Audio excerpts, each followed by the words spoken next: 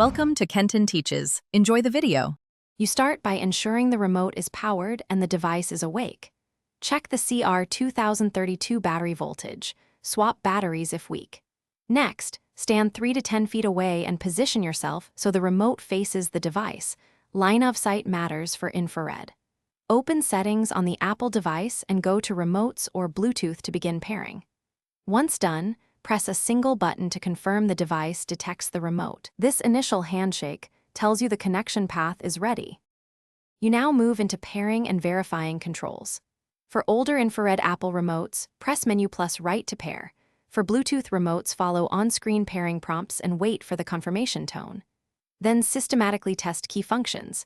Menu to back out, play /pause for media, directional pads to move through menus, and volume for audio. If buttons respond inconsistently, make small angular adjustments to line of sight and repeat the test. This isolates signal blockage versus software issues while you refine control. Finish by confirming the remote is listed in settings and that pairings persist after a short reboot. This ensures stability. If the remote fails, reset it. Remove the battery for 10 seconds, reinsert, then repeat the pairing steps. Make sure to test after each change so you know what fixed it. One key troubleshooting tip: inspect the path between remote and device for obstructions or reflective surfaces that scatter infrared signals. Clearing that line of sight often resolves most intermittent problems. Thanks for watching. Please subscribe if this video was helpful.